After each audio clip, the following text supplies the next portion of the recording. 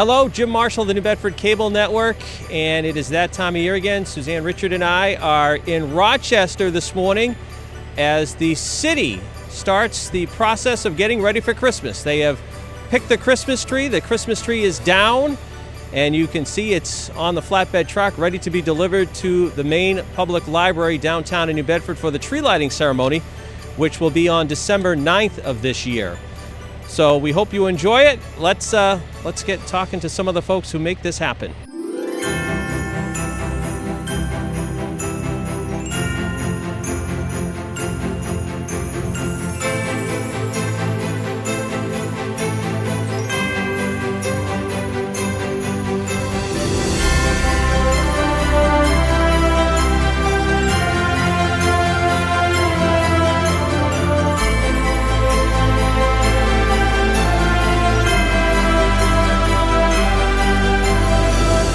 It took nearly 90 minutes to transport the tree from Rochester to downtown New Bedford.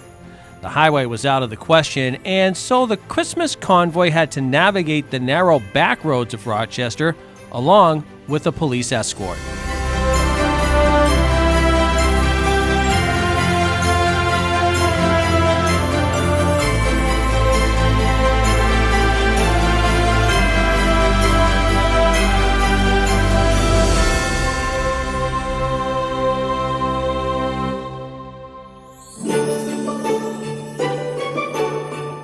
Upon arrival, the folks from Nadu Tree Service sprung into action, prepping the tree for its final destination in front of the main library.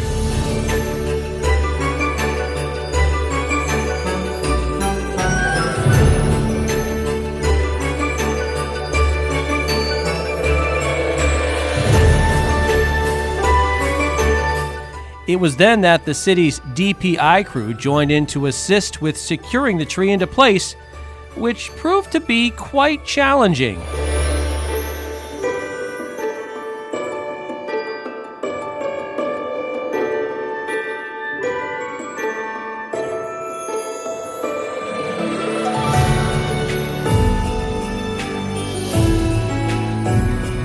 The crew had to shave the trunk several times to get the perfect fit, and then secure the tree to the fixtures on the building.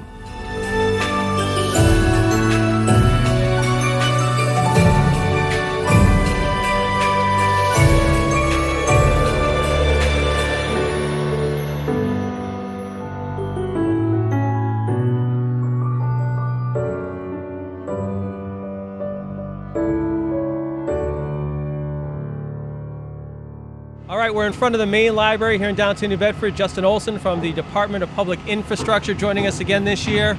Wow, what a process this has been today, the city's Christmas tree. First, the basic question, what kind of tree are we looking at this year? Yep, it's another Norway spruce donated from a farm in Rochester, which was interesting for us. The process was a little different for us in terms of getting it out of the woods. It was located next to a stand of other Norway spruces and an apple orchard. So we had tight room to work with, but the skilled staff was able to get the tree down and hauled out with actually a front loader this year. Usually we're able to pick it with a crane, put it on the low boy that we call it. It's a trailer. And this year it wasn't that way. We had to turn this into a 2-day process. So took us a little while, but we got it loaded up here, and now you see it behind us. It's a pretty large 40-year-old Norway spruce. It's probably one of the wider ones that I've seen. So I was going to say, it's tall too. It seems taller than last year. It is. It's much taller, but all trees are different, just like anything else. So it's every year it's a unique situation where we have to get it out of the woods and trim it up nice so it sits in the stand perfectly. But yeah, it's a really nice tree this year. Have a little fill-in work to do, but that's easy. As far as the process goes, obviously you said you had to use different, as for lack of a better word, tools that you had last year. Yeah. You also, it was a long drive. You also were on the back roads. I know you were trying to take extra precaution this year from experience from last year too. Mm-hmm. Yeah, absolutely. Yeah, this year was a long travel for us, but again, we were lucky enough to have a donation out in Rochester for a nice looking Norway here. But the back road driving was a little difficult for us, navigating mailboxes and cars. And thankfully we had enough support from local PDs, Rochester and Mattapoisett was in Fairhaven as well. So shout out to them. But this year was a longer drive. But once we hit Route 6, it was a nice long drive up until the bridge when it decided to close on us right before the arms dropped. So we had a nice little break there, a little coffee break, and then once they opened up, we came right downtown. So, how about the? I know you put the call out for trees. How was that process this year compared to years past? Oh, we had, as always, we have a lot of folks that submit requests to take a look at their trees. We have a lot of candidates in the future, especially in the south end. We have some great Norway spruces, some blue spruces as well. They'll be ready in about 6 to 7 years. So we have some more work to do to locate some candidates for next year and the following years. And I remember last year you telling me, and I don't know if it's the case this year, but there's competition. I mean, I know last year's tree you were vying with Newport, I think you were talking about. Is that sort of the same thing too? Because I'm sure that they're looking to donate trees to other towns. Yeah, absolutely. I mean, that's always it's not a concern. It's actually a nice little friendly rivalry that we have. That was nice to hear about Newport last year and that we beat them out just on a first come first served basis. So this year, I know that Fall River had put out a request for a tree as well. I'm not sure how they've made out, if they already have one up, but this year we didn't have to fend anybody off. We were the first ones to grab it and we were good to go. So. The base of the tree seems bigger, so I know you guys were as far as putting it in the base itself, but it's wider. It seems wider this year. It is. It's a lot wider. We had to cut it closer to the ground this year to make sure that we had enough room to pull it out of the forest. So the higher we would have cut on the tree, the less room we would have had to have worked with, and we probably would have had to have trimmed off the bottom 5 feet of that, and we don't want to do that. So. Again, this year was definitely special. Every year is a unique situation. This year, we were able to have more trunk to work with, but now we have to shave it down like a tip of a pencil, if you will, to get it into the stand. Any precautions because it's taller? Do you have to tie it up higher from the columns in the library? Not so much. I think just like with every other tree, where the eyelets are on the library, we're able to keep the lines perpendicular with everything else. We don't have to compensate in any manner for height. So as long as it's in the stand, which is the foundation, and then we have the side supports with the library, it's usually good to go. So we have 3 anchor points that we use. I want to give you a chance to give a shout out to a lot of different people involved in this process. Just to give you a chance to talk about them. No, I appreciate it. Yeah, Alan from Cervelli Farms out in Rochester, who really helped us out this year with his donation, and then of course with everybody on the crew, the local PDs, as I just mentioned. I mean, it's a huge process. It's once you plan it out, it goes pretty smooth, but there's a lot of work involved with that as well. So huge shout out to all the city departments, police departments, and then also Allen and Rochester. I know you were talking about NADU last year as well because of the crane, right, which is bigger than what the city has. So that helps, especially with the bigger tree this year. Absolutely, yeah. They have bigger equipment. This is what they do on a daily basis. I mean, they're cutting large, even larger trees than we have here today down. So they have heavier equipment than we have to usually deal with on a street level basis. But huge shout out to NATO as well, helping us out again this year. So. And last thing, you and I were talking about it. You're sort of the Christmas tree guy. How special is this for you? Well, it's a long-standing tradition. I mean, there are photos from this library from 1930s, in that time period, and to see what they used to do and to pretty much keep it alive is pretty special to me. Anybody that knows me knows that I love history, so any chance that I can keep it going, I absolutely will. So it definitely means a lot to me and the staff as well. So it's great to be part of the legacy, if you will. Sounds good. Justin, thanks so much. Thank you very much, Jim. Alrighty. Take care.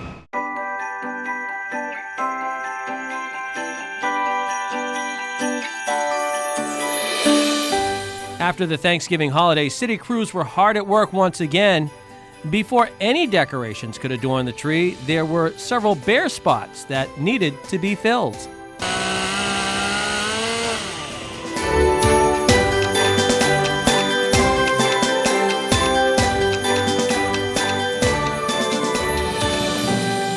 Behind me, you'll see staff members filling in the tree. We have some holes from delivery. Every tree is different, so we have to treat it as such. This year we have a little bit more work to do. That's why we're back here today about a week later. and we're taking our time making sure the tree looks good for the residents and the public in general. Right now we're filling it with some Norwegian spruce, which is exactly what is in front of the library now. We have our Norwegian spruce all over the place, so we can pick a tree and just trim it up a little bit. We don't need much. I would say 5 or 6 good full branches will do the trick. The crew is taking pieces and strategically filling the holes, cabling it with tough wire, and the end result hopefully is a nice full looking tree on all sides.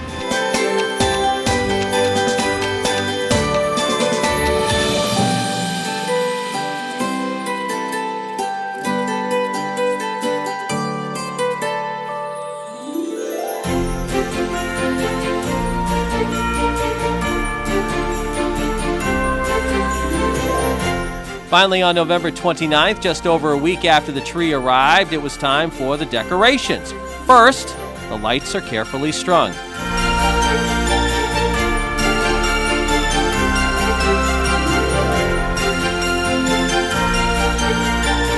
Then, the Christmas decorations are placed.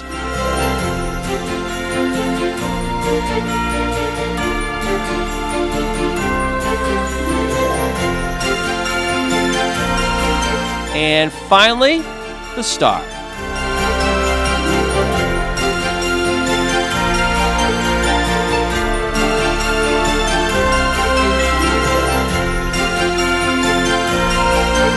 It took several hours, but mission accomplished.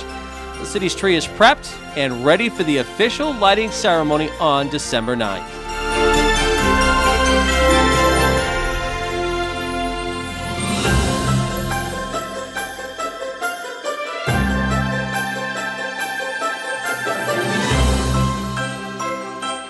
Hundreds of revelers came out for the city's annual holiday event, where they were treated to a parade led by New Bedford High School's marching band.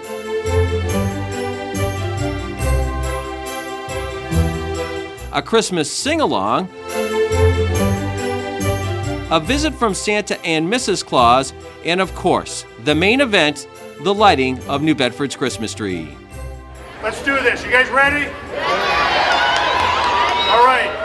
Here we go.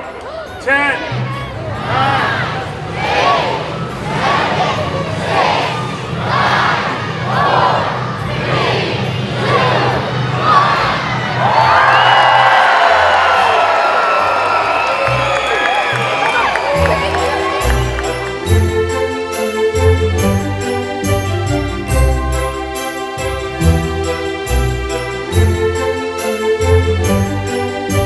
Hi everyone. I might not look it with my orange tie today, but I am in a Christmas mood right now, and I'm in a Christmas mood in part because our Christmas tree across the street is lighted. We had a terrific ceremony the other night with at least 500 people to ring in the Christmas season, and I just want to say it took a lot of work on the part of a lot of folks.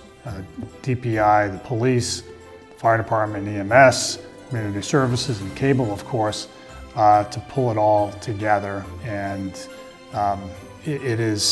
people might say, well, why have a big Christmas tree celebration like this? Isn't that something that big cities only do?